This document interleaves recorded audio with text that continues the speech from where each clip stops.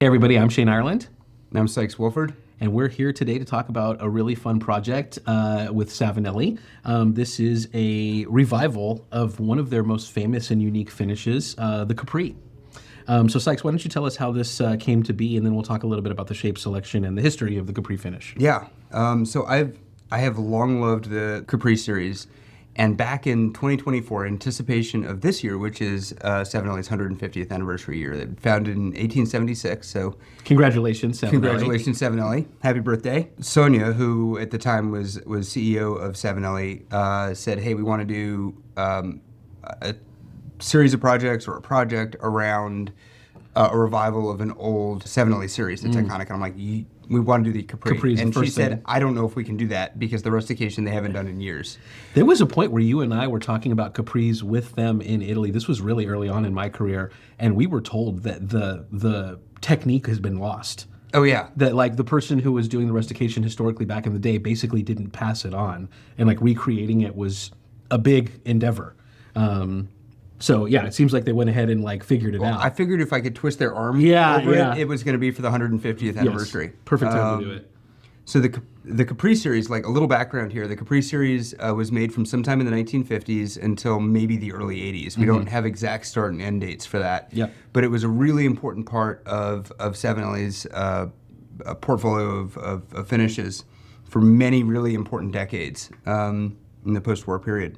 And you still see them on the estate market with some regularity. Like they made a lot of them. We've had examples that still had the 4-digit shape code, which is pre-1970. So for many decades, the only hope as a collector that you had is to find one on the estate market, because recreating this finish from the ground up without the expertise from days past was going to be a very labor-intensive endeavor.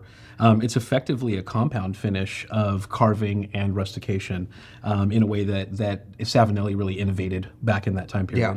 Yeah, you see that in this series. You see that in the Alligator series. The sorts of things that they did with textured pipes, some of which have continued to now. The seasonal rusticated naturals that come out every year. Yeah. There's this mode of thinking with rustication that is special to Savinelli. Yeah. But it's a really, I think one of my favorite things about the Capri is that you have the sort of like really old school craggy texture that we associate with a lot of like early 20th century pipes, whether it was rustication or sandblasting. But the way that they apply this finish is really well suited to a lot of different models. Like it's kind of easy to make an apple or a billiard rusticated uniformly and over and over and over again. But when you're talking about a production that Savinelli would have done either back in the day or for the 150th here, there's a lot of variation between something like a 673 and the opera shape. Yeah, this little 901 here. Yeah. I mean, there like a finish like this, as complex as it is and as time consuming as it is, applying it to so many different shapes is also a feat.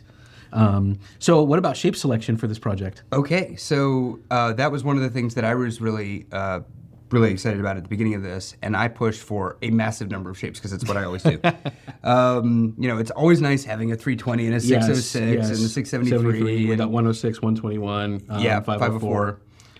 So you got your like standard Savinelli stalwarts that have been cataloged the whole time, and then in front of me, I've got a whole bunch of cool old shapes. So what ended up evolving here is that I was asking for all of these different shapes. And they're like, we don't know what we can do. And then they went away and they dug around in the factory and they sent me an email about a month later and said, well, we found a bunch that were already rusticated that are just sitting as heads in the factory that we found in a bin. And I'm like, cool. Perfect. We will take whatever. Yeah.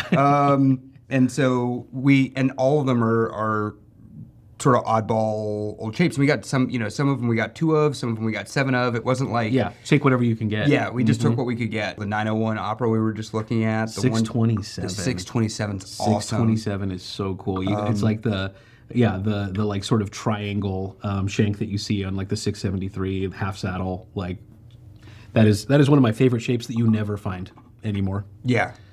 And the 125 pot is like a super obscure shape, but an absolutely lovely classic straight pot that we haven't seen in current production in forever.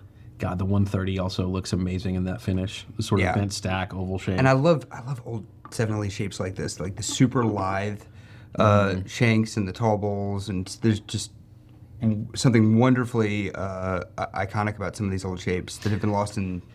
Looking at that rack is like so there's that sort of later period that would have started, I think, maybe more towards like the late 60s, early 70s, and into the 80s that we sort of think of now as like the neoclassic, like the exaggerated features, stuff that was kind of like really propelled into the mainstream by Castello and Radice and Caminetto and the pipes that they were making at the time. But I feel like this design language here is really what made Italian pipes, coming off of the Anglo-French sort of lead, it's really what made them unique and different and desirable at that period. Like, I don't know, I just love this design language, and I think the 627 and the 130 are just like excellent examples of it. So what about stem material?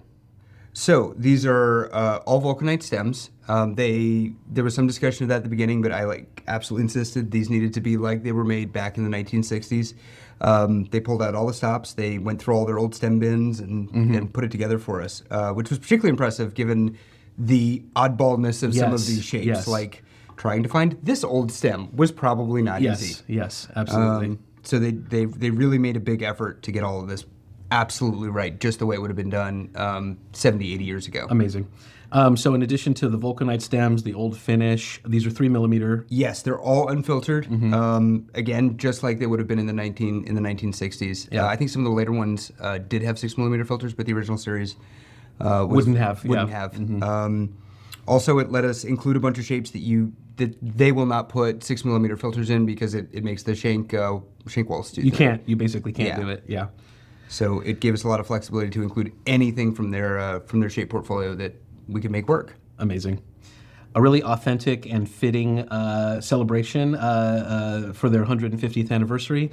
And again, if you're collectors like us who have chased old Capris on the market, on the estate market for many years, here's your chance to get something, especially when it comes to some of these shapes here that just will not and cannot return to this series, even if we were very convincing to ask them to do it again at any point in the future.